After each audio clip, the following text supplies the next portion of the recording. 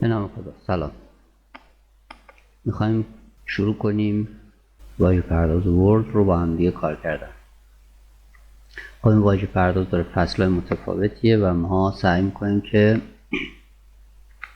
هر فصل رو در واقع به صورت جداگانه، حالا امکان داره تو چند پارت متفاوت بسته به زمانی که در واقع داریم ضبط کنیم و روی سایت بارگذاری کنیم تا شما بتونید به راحتی ببینید.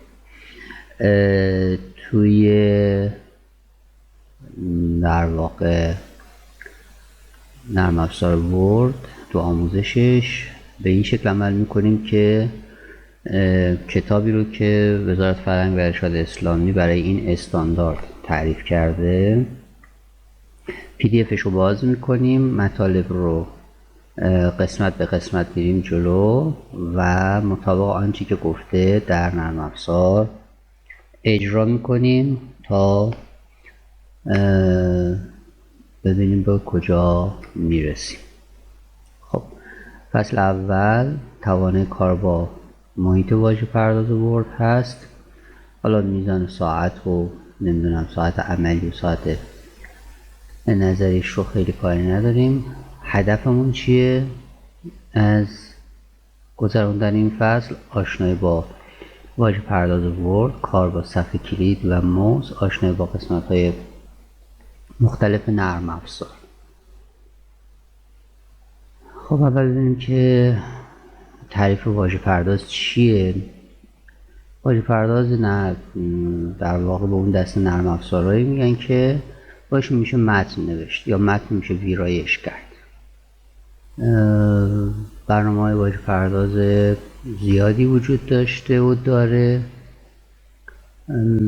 که از جمله کارهایی که انجام میدن روی تصویر، روی متن، وارسی و اصلاح نوشتار، املا و همچنین چاپ متن و غیره، این در واقع نرم افزارها میتونن کار کنن.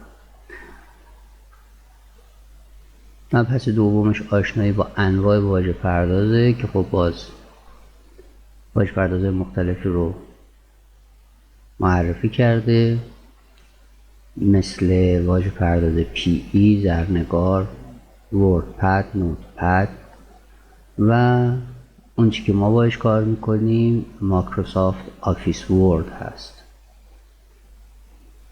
نسخه هم که داریم باش کار میکنیم نسخه 2019 اون هست در واقع. خب تو اینجا هم گفته آشنا با روش اجرای نرم افزار ورد. توضیح داده که در این کتاب به آموزش مایکروسافت آفیس ورد 2019 پرداخته میشه و برای اجراش هم باید چی کار بکنیم. خیلی راحت. اگه نرم افزار قبلا نصب کرده باشیم همونطور که در اینجا توضیح میده، اگه ما روی استارت بریم و روی پروگرام بزنیم باید در اینجا در واقع مایکروسافت آفیس رو داشته باشیم. حالا بعضی وقتا امکان داره با عنوان دیگه‌ای ذخیره شده باشه، نه با عنوان مایکروسافت آفیس. یعنی این ذخیره سازی دست ماست. تغییر نام پوشه رو ما در کاربر رایانه با هم دیگه کار کردیم که چگونه میتوان تغییر نام داد پوشه در واقع مورد نظرمون رو. حالا ما اینجا به جای مایکروسافت آفیس از خود آفیس استفاده کردیم و وقتی که آفیس رو روش کلیک میکنیم شما نرم افزارهای زیر مجموعه آفیس رو میبینید. آنچه که ما نیازش داریم در واقع ورد هست. با کلیک کردن روی نرم افزار ورد این نرم افزار فعال میشه. همونجور که میبینید پیش فعال رو داره نمایش میده.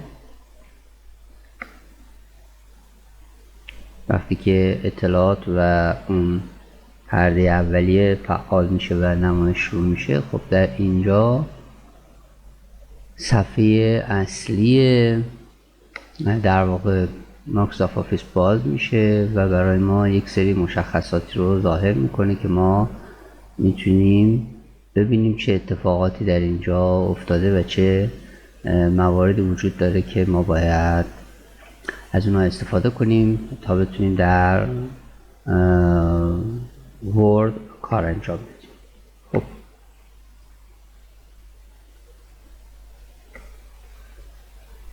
در مرحله بعدی شناسایی محیط اصلی ورد و اجرای اون. پس از اجرای برنامه پنجره به شکل مقابل همونجوری که من توضیح دادم باز میشه و توضیح میده که بلانک داکیومنت در واقع برای ما اجازه میده که ما در بلانک داکیومنت یک صفحه جدید یا یک پرونده جدید در ورد رو فعال کنیم. خب ما وقتی روی بلانک داکیومنت میزنیم چه اتفاقی میفته؟ بریم ببینیم که روی بلانک داکیومنت اگر کلیک کنیم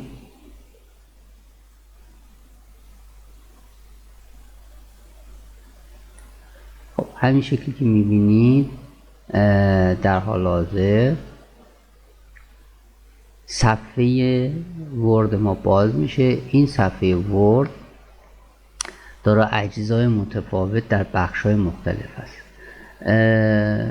ما از قسمت بالا اگر شروع کنیم مطابق همون چیزی که در اینجا برای ما توضیح داده، نوار عنوان یا تایتل بار، که شما در نوار عنوان موارد متعددی رو میبینید. توی این در حقیقت نوار عنوان که اسمش روشه، عنوان سند در واقع درش قرار داره. ببین document compatible مثلا مود ورد. حالا این عنوان اینه. اگه من اینو ذخیرش کنم به هر اسمی، این بالا وقتی باز میشه عنوان این سند من فعال میشه. مورد بعدی که ما در اینجا میبینیم گزینه‌هایی هستش که در واقع این پنجره ما رو مینیمایز میکنه، یعنی میاره پایین و در اینجا قرار میده. ببینید به این شکل که من بتونم چیزای دیگه رو که دارم در صفحم ببینم، یا ماکسیمایز میکنه بزرگترین حد معمول خودش. الان در حالت بزرگترین حد معمول خودش. اگه من این رو بزنم کوچکترش میکنه. ببینید کوچکترش کرد به اندازه پنجره‌ای که در حقیقت فقط بخش نوشتاری ما قابل رؤیت. پس ماکسیمایز که بزنم حد نهایت خودش رو در محیط پنجره من میگیره. و یک ضربدر قرمز رنگ که وقتی میرم روش قرمز میشه، ضربدر هم به معنای از بین بردن یا بستن، به این شکل میتونیم ببندیمش. خب یه بخش دیگه هم داریم، اجازه بدین اون بخش رو هم باز در اینجا داشته باشیم. ببینیم اول یه چیزی رو هم اینجا پایین، نه درسته همون که من خدمتتون عرض کردم. من یه لحظه فکر کردم استاتوس بار رو عنوان کرده. خب در قسمت دوم که حالا توضیح خواهم داد، نوار دسترسی سریع یا کویک اکسس تول بار. دقت کنید که توی امتحانات تستی شما این کلمات میاد، مثلا میگه نوار دسترسی سریع کدومه، بعد انگلیسیش نوشته کویک اکسس تول بار یا یه چیز دیگه یا یه مطلب دیگه، مثلا نمیدونم مثلا کویک اکسس تول بار، تایتل بار، نمیدونم مثلا بلانک داکیومنت. بعد شما باید بدونید که نوار دسترسی سریع میشه کویک اکسس تول بار. خب نوار دسترسی سریع چی هست؟ به ما اجازه میده که یک سری از فرمان ها رو نخواهیم دنبالشون بگردیم. این فرمان ها مثل چی؟ مثلا ذخیره سازی، مثل برگشت به عقب یا برگشت به جلو. فرض بگیرید من الان در اینجا چند تا حرف تایپ میکنم، ببین برگشت به عقب رو برای من قرار داده به این شکل. یا برگشت به جلو، من یک چیزی رو تایپ کردم، برگشت به عقب زدم، اومدم همه اونا رو پاک کرد، برگشت به جلو دوباره برگردون سر جای خودش. حالا در کنار این قسمت در واقع دسترسی آسان یا دسترسی سریع، یه فلشی داریم. اگر روی این بزنیم یک سری فرمان ها رو به ما اجازه داده که ما اضافه کنیم. مثلا من میخوام یه سند جدید باز کنم، دیگه نمیرم تو فایل و چه میدونم مثلا نیو بزنم یا بلانک داکیومنت بزنم. اینجا یه انتخاب که میکنم یه تصویر کاغذ میاره، یعنی که من با این الان یک کلیک بکنم یه بلانک داکیومنت جدید باز میکنه برای من.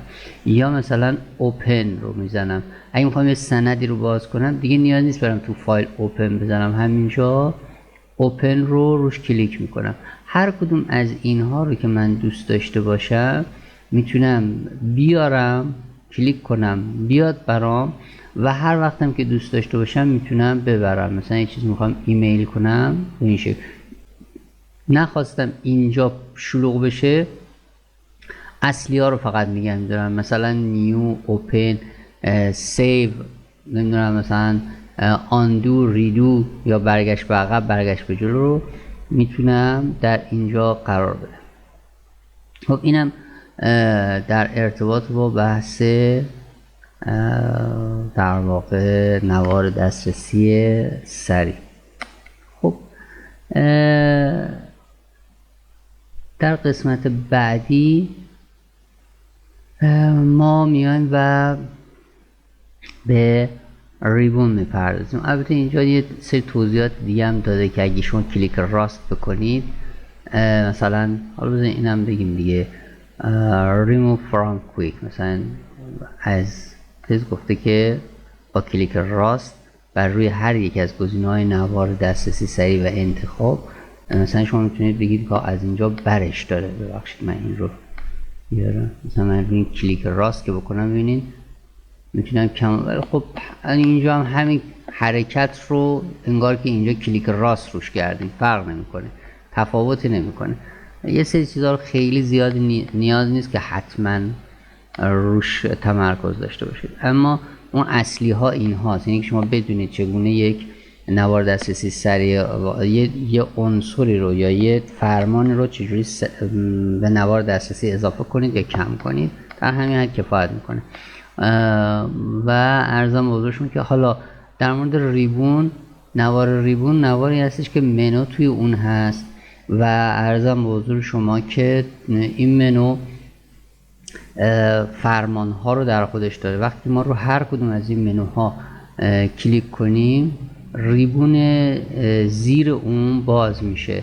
هر کدوم از این منوها داره یه سری فرمان های هستن. تو ورژن های جدید ورد اومده تصویری برخورد کرده، قبلا همینا متن بودن، یعنی مثل همینجا که شما الان فرض میگیرید که مثلا میزنید رینیو، اونجا همه اینها به صورت متن بودن، اما الان وقتی میزنید زیر اون یه پنجره باز میشه و همه رو به صورت تصویری گذاشته که شما راحت تر متوجه بشید که الان قراره چه اتفاقی بیفته، چه حرکتی باید انجام بشه و شما راحت تر بتونید ارتباط برقرار کنید با ورد در واقع. خب یه توضیحاتی هم داده، گفته این زبانه‌های ریبون هر کدوم کارشون چیه. مثلا هوم در این زبانه کلیه ابزارهای استاندارد و اولیه مشاهده می شود. بله شما وقتی که در اینجا هستین ابزارهای اولیه وجود داره، مثل چی؟ مثل پیست، مثل کات، مثل کپی، مثل فرمت کردن در واقع اون کاری که انجام دادیم فرمتش رو کپی میگیریم و میبریم یه جای دیگه فرمتش رو کپی میگیریم و پیست میکنیم.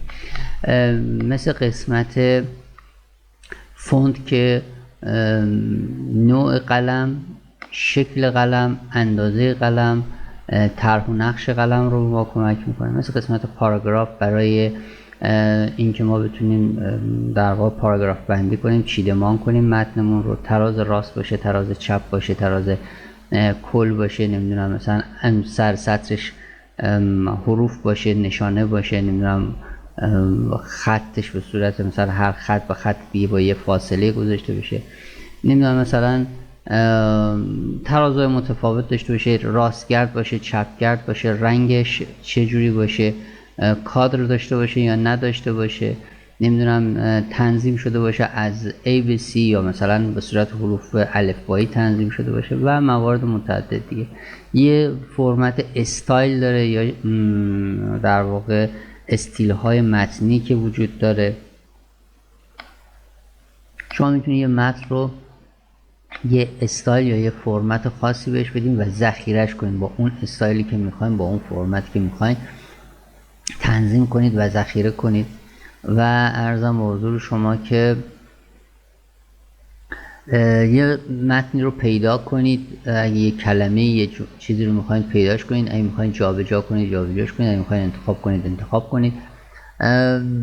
زیر هر کدوم از اینها مشخص کرده، مثلا در کلیبورد، فون، پاراگراف، استایل، ادیتور. خب این زبان هومه. زبان اینزرت کلیه ابزارهای قابل درج مانند جدول، تصویر، اشیا و غیره در این زبان وجود داره. بله، باز هم در قسمت اینزرت اگه شما نگاه کنید، مثلا میتونید پیج، صفحات متفاوت اضافه کنید، تیبل یا در واقع چی میگن جدول میتونید اضافه کنید. میتونید خودش نوشته ایلوستریشن یا ترسیم، در واقع میتونید پیکچر بیارید، میتونید تصویر بیارید، میتونید تصویر وقتی آنلاین هستین یک تصویر آنلاین بیارید، میتونید شکل‌های متفاوت بیارید، آیکون بیارید، نمیدونم نمودار بکشید و متفاوت. یا مثلا اد اینس، مثلا چیزهای مختلفی رو میتونید از ویکی‌پدیا بیارید، از جاهای مختلف مدیا یا فیلم میتونید بیارید، لینک میتونید بذارید، بوکمارک میتونید بذارید و موارد متعددی که میتوانید وارد محیط متنتون کنید. بعد دراو یا انواع قلممو در جهت ترسیم در این زبان استفاده شده. باز هم توی دراو اگر نگاه کنیم میبینیم که هم روی متن ما استایل های متنمون در واقع میاد حرکت میکنه، هم روی تم های کاغذمون میاد حرکت میکنه که مثلا ما با چه تم کاغذی داریم کار میکنیم. یک ذره این تصویر ببرم عقب‌تر. تمای متفاوت رو میتونیم در واقع پیاده کنیم. هم میتونیم توی این در واقع داکیومنتمون یا فرمت ببخشید من دیزاین آوردم، دراو نیاوردم. بذاریم ببینم دراو من اول، البته اینجا دراو فکر میکنم که من تو دیزاین یه دونه هست. نه، من معذرت میخوام از شما که اینجا در دراو ما، خب دلیل این که ما اینجا دراو رو نمیبینیم اینی که ما تصویری هم فکر میکنم وارد نکردیم. اجازه بدیم اول یه تصویر وارد کنم. خب وقتی که من یه تصویر رو وارد میکنم، ببینید دراوینگ تول، ببینید در اینجا دراوینگ تول منو میاره. من عذر میخوام اونجا داشتم دیزاین رو صحبت میکردم. دراوینگ تول در حقیقت وقتی فعال میشه که ما یه چیزی رو باهاش بکشیم. خب وقتی ما اون رو کشیدیم، حالا میتونیم بیایم بگیم چه سبک کاری برای ما، ببین شیپ استایل، چه سبک کاری رو برای ما در نظر بگیر. میتونیم بگیم رنگ داخلش رو چی در نظر بگیر، مثلا خط دورش رو چی در نظر بگیر. نمیدونم عرضم رو شما که شکلش رو حالا میتونیم مثلا تنظیم کنیم، سایه دار بودنش رو میتونیم تعریف کنیم به چه شکل سایه دار بشه. نمیدونم عرضم رو شما که بعدش رو اگه میخوایم مثلا بهش چه میدونم پرسپکتیو بدیم، میخوایم حجم بدیم به این شکل. و کارهای متفاوتی که میتونیم بکنیم، مثلا حجم رو میتونیم قشنگ بچرخونیم تا هر اندازه‌ای که یا هر جوری که میخوایم که به اون شکلی که میخوایم برسیم. به هر حال در ارتباط با وقتی که یک چیزی رو ترسیم میکنیم، دراوینگ رو داریم. ولی در غیر این صورت ما بخش دیزاین داریم که به متن و به صفحه‌مون ارتباط داره. خب تو بحث دیزاین هم همونجوری گفتیم چون به متن و به صفحه ارتباط داره ما میتونیم رنگ‌های متفاوتی رو در حوزه صفحه‌ای که تولید میکنیم در واقع داشته باشیم. میتونیم فونتمون رو تعریف کنیم به چه شکل قرار بگیره و چه فونتی داشته باشیم. نمیدونم هر زمان پاراگراف بندی هامون رو میتونیم مشخص کنیم. این که در زمینه کارمون چه متنی بیاریم، این که دور پیجمون چه حرکتی انجام بدیم یا رنگ پیجمون رو چیکار کنیم که اینا رو همه رو در موردشون توی فصل بعدی صحبت میکنیم. خب دیزاین رو هم که الان گفتیم. یه لی‌آوت داریم که باز لی‌آوت به عرضم حضور شما که به صفحه ما ربط داره. یعنی وقتی ما لی‌آوت رو میزنیم به این صفحه‌ای که درست کردیم یا به این سندمون ربط داره. اطراف در واقع صفحه‌مون یه چیز داریم به اسم مارجین، محدوده متن نویسی و پرینت ما رو مشخص میکنه. نوع نشستن این صفحه که به صورت ایستاده باشه یا افقی باشه در واقع بستگی داره. ببینید مثلا من الان اینجا صفحه‌مو افقی کردم، من برم عقب‌تر شما ببینید الان صفحه افقی شد، الان صفحه عمودی شد. به سایز صفحه بستگی داره. مثلا من میگم سایزم رو لگال کن، ببینید بزرگتر شد، یا میگم مثلا آچار کن، ببینید به این شکل کوچکتر شد پهلوش. حتی مثلا ابعاد متغیری که ما اینجا مثلا داریم و میتونیم استانداردهایی که وجود داره رو داشته باشیم. ضمن اینکه میتونیم یه استاندارد رو هم خودمون تعریف کنیم براش، مارجین یا اطرافش رو برای چاپ تعریف کنیم. تمام اینها دست ماست و ما میتونیم تعریفشون کنیم. پس در قسمت لی‌آوت ما میایم در ارتباط با خود این صفحه صحبت میکنیم. قسمت رفرنس هست که گزینه‌های این قسمت برای درج منابع و فهرست و شماره گذاری هستش. یعنی چی؟ یعنی ما در قسمت رفرنس میایم تعریف میکنیم که آقا مثلا چجوری متن‌هایی که اگر رفرنس داریم رو اون رفرنس ها رو چجوری مشخص کنیم، مثلا عدد رفرنس رو، مکان رفرنس رو، پیدا کردن اون رفرنس هایی که توی متنمون ایجاد میکنیم. اینها رو میتونیم در اینجا پیاده سازی کنیم. بخش بعدی که باش ارتباط داریم میلینگ هست، یعنی برای انجام عملیات های ترکیب پستی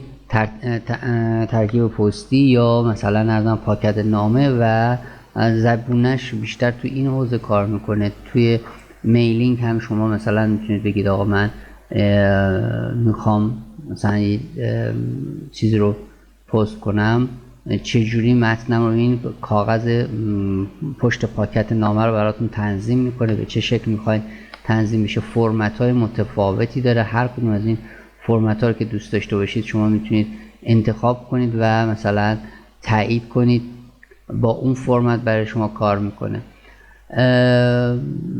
برای ارزم موضوع شما که به هر حال این قسمتی که شما میتونید تعاریف متفاوتی برای پاکت پستیتون داشته باشید. قسمت بعدی ریویو هستش. ریویو برای نمایش و استفاده یک سری ابزارها و گزینه‌های پیش نمایشی از قبیل تصحیح املا، غلطیابی و غیره که اینجا هم کاملا باز توضیح دادیم قبلش که ریویو رو چی کار میکنه. یعنی شما میتونید برای خودتون یک فرهنگ لغت در اینجا ایجاد کنید و زبانتون رو مشخص کنید، ترجمه کردن رو مشخص کنید. ببینید تو قسمت لنگویج میتونید زبان رو مشخص کنید، تو قسمت اسپیچ میتونید بگید متنی که نوشته میشه رو براتون بخونه که مثلا غلط خوانشیش رو متوجه بشید، درست نوشتید یا غلط نوشتید و موارد این شکل. در قسمت ریویو هم باز کاربردی که برای اون تعریف شده جهت نمایش یک سری ابزارهای مانند خطکش در پنجره ورد هست و کارهای دیگه که ما میتونیم در اینجا داشته باشیم. نوع کنار هم نشستن متن، این در واقع صفحه، اگه ما مثلا 2 تا صفحه داشته باشیم، 3 تا صفحه داشته باشیم، چجوری نشسته بشه.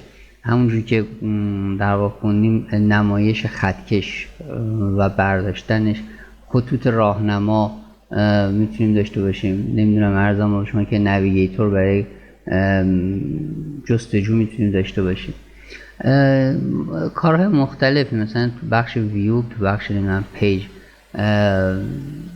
موومنت، نمیدونم تو شو، توی زوم، هر کدوم از اینها کارهای مختلف میکنه. مثلا رو ببینیم من توی لی آوت اجازه بدین مثلا 2 تا صفحه اضافه کنم.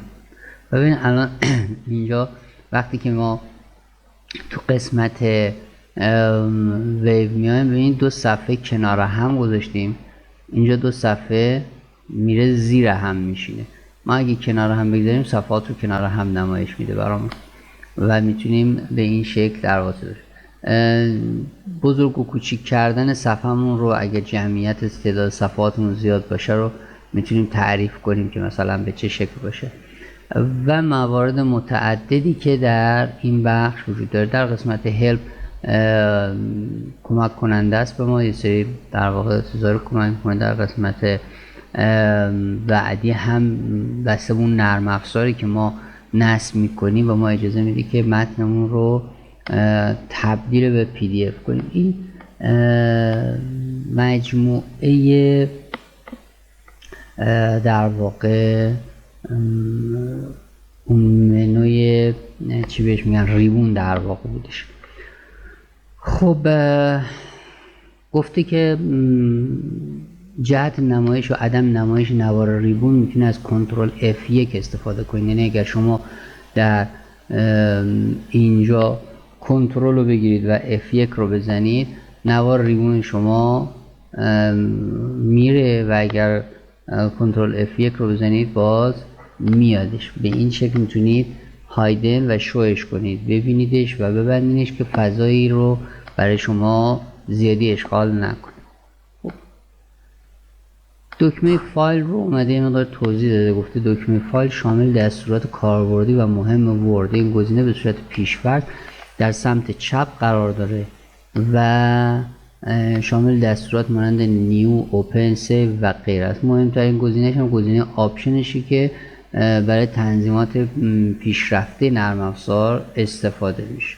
یه قسمت هم پایین داره که نوار وضعیت یا استیتوس باره که تو اینجا صحبت کردیم. اینجا هم باز در مورد گزینه فایل صحبت کنیم. ببینید شما چیز نداشته باشید، ببینید تمام گزینه هایی که ما اونجا یه جورایی کارمون به اینها بستگی داره رو داریم. مثلا مثل خود هام، مثل باز کردن جدید، مثل اوپن یک چیزی رو باز کردن، مثل اطلاعات گرفتن، مثل ذخیره کردن، مثل ذخیره به نام کردن، مثل چاپ گرفتن، مثل شیر کردن، اکسپورت کردن، بستن و ارزم موضوع شما که آپشن که مهمترین گزینه هست برای اینکه حالا در موردش بعدا صحبت میکنیم، ولی به ما اجازه میده یک سری اختیاراتی رو برای حرفه‌ای کردن وردمون درش به کار ببریم. آخرین گزینه هم قسمت پایین قسمت استیتوس بار هست. در استیتوس بار شما در سمت چپش یه سری اطلاعات میبینید. مثلا گفته آقا در این در واقع سند 2 تا پیج وجود داره. پیج 1 از 2 رو شما الان مشغول به کار درش هستین. چند تا کلمه وجود داره مشخص نیست و یعنی در واقع 0 الان، ولی من وقتی که اینو میزنم ببینید یک کلمه به من نشون میده. اگه یه اسپیس بزنم و دوباره بزنم میگه کلمه دوم. پس بین هر اسپیس اگر که شما کاری انجام بدید اون کلمه بعدی رو در نظر میگیره. نوع نوشتارش هم گفته که فعلا انگلیسی لنگویجت در واقع به این شکل انگلیسی. حالا شما اگر که لنگویجتون رو فارسی کنید طبعا نوع لنگویجتون رو تغییر خواهد داد. خب در قسمت راست هم شما یه سری گزینه ها میبینید که روش نمایش است که این مثلا روش نمایش برای خواندن، روش نمایش برای مثلا پرینت گرفتن و روش نمایش برای صفحات وب هست که شما میتونید ببینید. ما بیشتر از این شیوه پرینت استفاده میکنیم. بخش بعدی این که در این استاتوس بار وجود داره بخش نمایش صفحه هست. میزان بزرگ نمایی و کوچک نمایی رو برای ما مشخص میکنه. ببین الان 55%. هرچی من روی این کلید به علاوه بزنم، حالا البته این فکر میکنم چون ما از گزینه ذره استفاده کردیم فکر میکنم برای همین اینجا فعال نمیشه. اجازه بدید من برم تو ویو. خب به این شکل ببینید من الان روی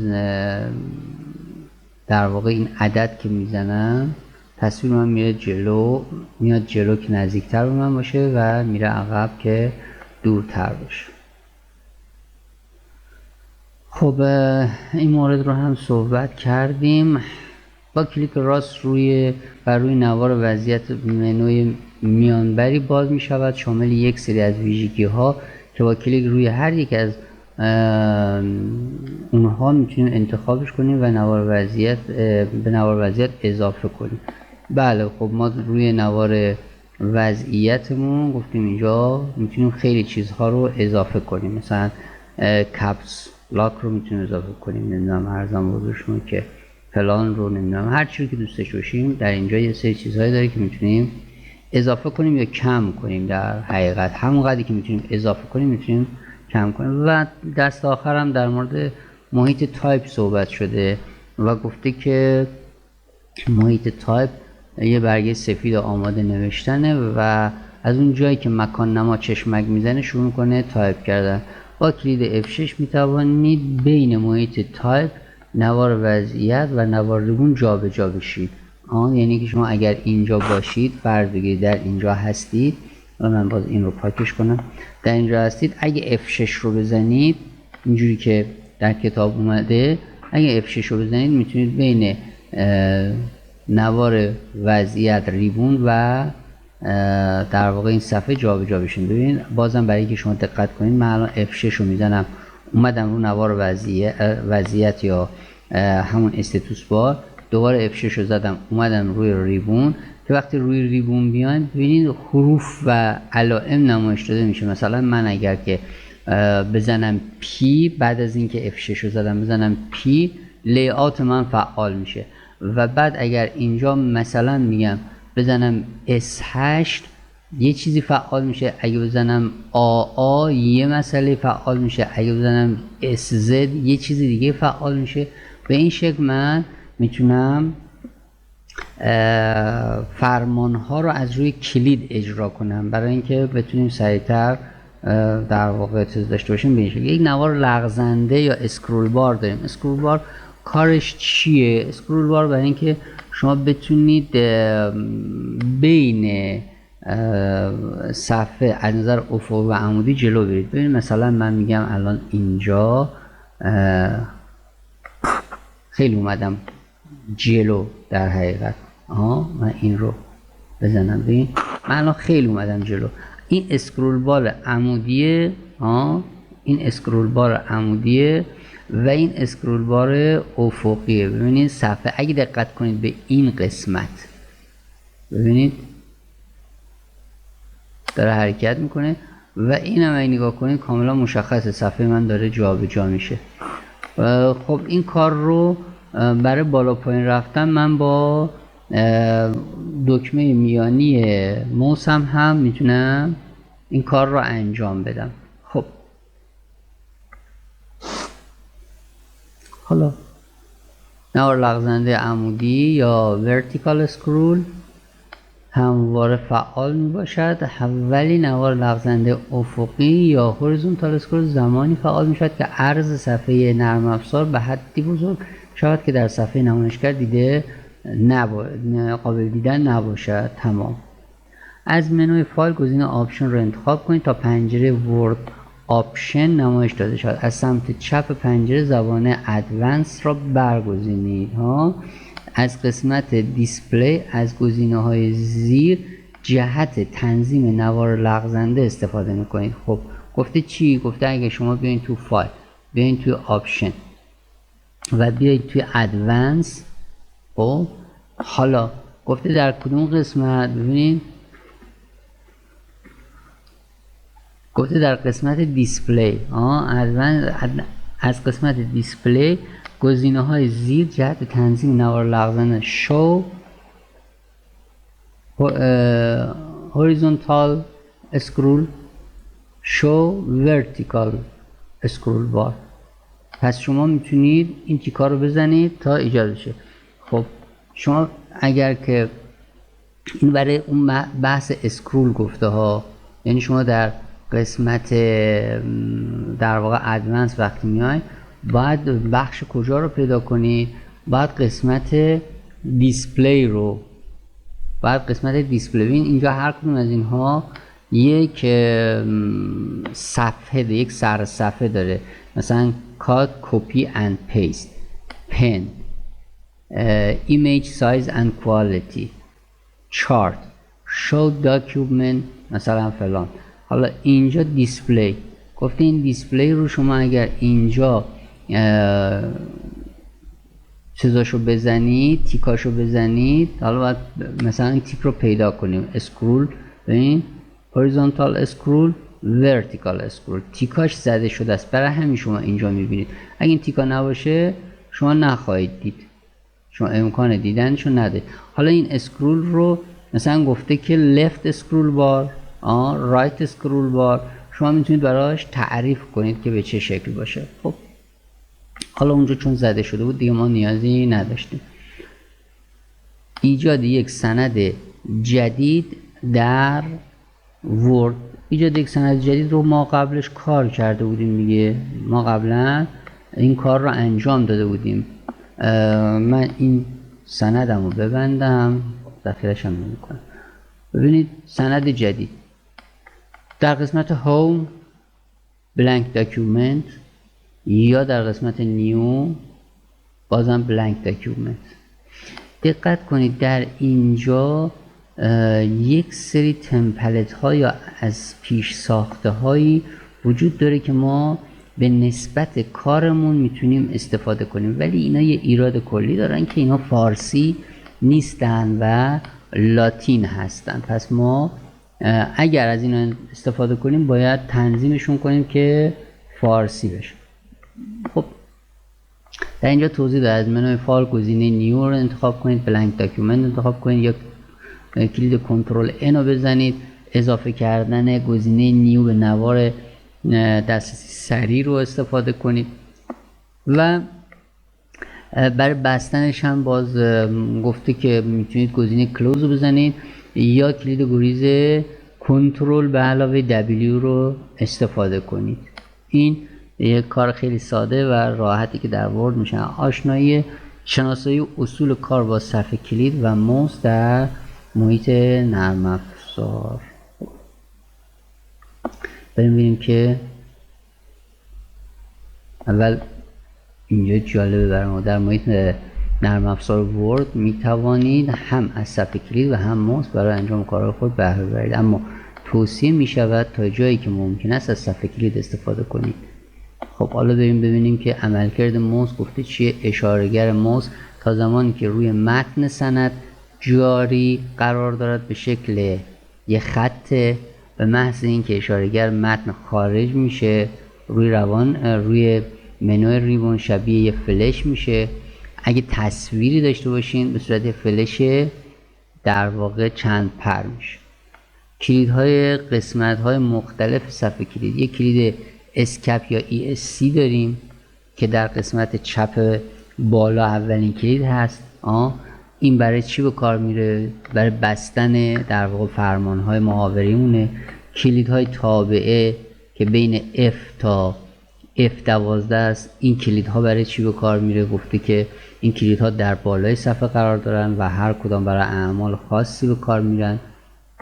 مثلا کلید F1 برای هلپ، همونجوری که دیدیم کلید F6 مثلا برای جابجایی بین بخش‌های متفاوته. یه قسمت داریم کلیدهای تایپی هستن. کلیدهای تایپی کلیدهایی هستن که حالا روشون حروف و اعداد در واقع وجود داره. این کلیدها همونجوری که اینجا داره توضیح میده یه سری حروف خودشون روشون دارن. اگه شیفت رو بگیرین بعضیاشون یه سری علائم و حروف دیگه رو نمایش میدن. کلید تب برای پرش زدن به بخش‌های مختلف یا حرکت به سمت جلو یا ایجاد در واقع چی میگم فاصله های مشخصه. کلید کپس لاک برای اینکه حروف بزرگ و کوچیک بزنه، البته این بیشتر برای صفحه کلید لاتینه، برای فارسی نیست. کلیدهای شیفت و کنترل و آلت هر کدوم کار خودشون میکنن. مثلا کنترل N برای باز کردن یه صفحه جدیده. ارزم بزرگ شما که مثلا شیفت برای اینکه شما بتونید غیر از اون حروفی که در روی صفحه کلید نوشته شده حروف دیگه رو ببینید. مثلا میگم شما روی صفحه کلیدتون آی با کلا آی بی کلا رو روی یکی از کلیدها میبینید، یعنی هر دو کلمه هر دو حرف رو اون کلیده. خب وقتی که بدون گرفتن شیفت میزنید آی بدون کلاست، وقتی شیفت رو میگیرید آی با کلاست. بعد حالا اینجا گفته این کلیدها تقریبا به تنهایی کاربرد خاصی ندارن و برای استفاده کلیدهای میانبار و ترکیب در نظر گرفته شدن. کلید اسپیس هست. کلید اسپیس بزرگترین کلید روی صفحه کلید هستش برای فاصله دادن، فاصله های بزرگ در واقع ایجاد کردنه. بعد گفته ما بهش میگیم اسپیس بار. کلید اینتر برای تایید فرمان هست، برای رفتن به پاراگراف دیگه هست و فعالیت ها اینجوری. کلید های جهت دار هستن که اروکی بهشون گفته میشن. اینها هم چپ و راست و بالا و پایین دارن. کلید دیگه که داریم کلید بک اسپیس هست که توی قسمت کلیدهای تایپی ما بالای اینتر عموما وجود داره و یه فلش به سمت چپ، این برای پاک کردن حروف ما قبل خودشه. و کلید اینزرت داریم. با استفاده از این کلید میتونیم متنی که در حال تایپ هست رو جایگزین متن قبلی کنیم. کلید دیلیت داریم که این هم برای در واقع پاک کردن. گفته این کلید برعکس بک اسپیس. بک اسپیس حرف قبل خودش رو پاک میکنه، کلید دیلیت حرف بعد خودش رو پاک میکنه. در حقیقت کلیدهای ماشین حساب داریم که عموما رو بعضی از صفحه کلیدها وجود داره، سمت راست صفحه کلید هستش که دقیقا عین ماشین حساب هست، ولی بعضی از صفحه کلیدها هم ندارن. تو این کلیدهای ماشین حسابی هم شما یه دکمه نامبر لاک دارید برای فعال کردن. در اینجا ببینید دقیقا صفحه کلید آورده. اسکپی که من خدمت شما عرض کردم در واقع کلیدهای F1 تا F12. اینجا اون صفحه تایپی که من خدمت شما عرض کردم این اسپیس بار هست. این بک اسپیس هست. در خیلی از صفحه کلیدها این بک اسپیس رو عنوان نکرده، اصلا نیاورده، یک کلید کوچیک گذاشته. این کلید رو در خیلی از صفحه کلیدها شاید شما در کل این کلیدها ببینید، یعنی در جای دیگه قرار داده باشه. کلیدهای شیفت و کنترل و آلت رو میبینید. یک کلید پنجره میبینید که این کلید پنجره وقتی بزنید استارت باز میشه. یک کلید منو میبینید که این هم باز استارت رو باز میکنه. این کلیدهای ارو که گفتم خدمتتون، کلیدهای اینزرت و ارزم موضوع شما که دیلیت و اینا هست. کلید هوم هست، کلید پیج اپ پیج داون هست. پیج اپ میره بالای صفحه، پیج داون میاد پایین صفحه کار شما. هوم میره اول خط شما و ارزم موضوع شما که یه گزینه دیگه داره به اسم ارزم موضوع شما که اند میره پایان صفحه شما. این هم که صفحه ماشین حسابی، کلیدهای ماشین حسابی شما هستش. خب به سوالات در واقع تستی میرسیم. گفته کلید میانبر مخفی کردن نوار ریبون کدومی که است؟ گفتیم کلید کنترل به علاوه F1 نوار ریبون رو مخفی میکنه. در کدام زبان گزینه‌های مربوط به درج منابع و فهرست قرار داره؟ اون هم گفتیم توی قسمت ریفرنس هستش، چون فهرست و منابع میخوادش، یعنی شماره جیم در واقع. دستورات کاربردی و مهم ورد در کجا قرار داره؟ اون رو هم گفتیم که در گزینه فایل قرار داره. تو فایل که می‌ذاریم توی قسمت ادوانس اگه یادتون باشه. و در قسمت آخر هم گفته کدام کلید برای لغو عملیات به کار میره؟ گفتیم که برای لغو عملیات ESC یا اسکپ در واقع عمل میکنه. خب نوار دسترسی سریع را به زیر نوار ریبون انتقال دهید و ابزارهای نیو و فایند را به این نوار اضافه کنید. این رو هم قبلا در واقع گفتیم که به چه شکل میشه این کار کرد. با کلیک راست کردن و انتقال نرم افزار خود را طوری تنظیم کنید که نوار لغزنده افقی نمایش داده نشود و نوار لغزنده عمودی نیز در سمت چپ باشد. اون هم گفتیم میریم توی کجا؟ میریم توی قسمت فایل، توی ادوانس، توی قسمت دیسپلی و اونجا تعریف میکنیم که هر کدوم از اینها در کجا باشه. فصل 1 ما در اینجا به پایان میرسه و امیدواریم که تونسته باشیم مطالبی رو که لازمه کار باشه برای شما گفته باشیم. انشالله در فصل بعدی به فصل 2 و مطالب دیگه خواهیم پرداخت. شما رو به خدای منان می سپارم. خدایا رو نگهدار شما.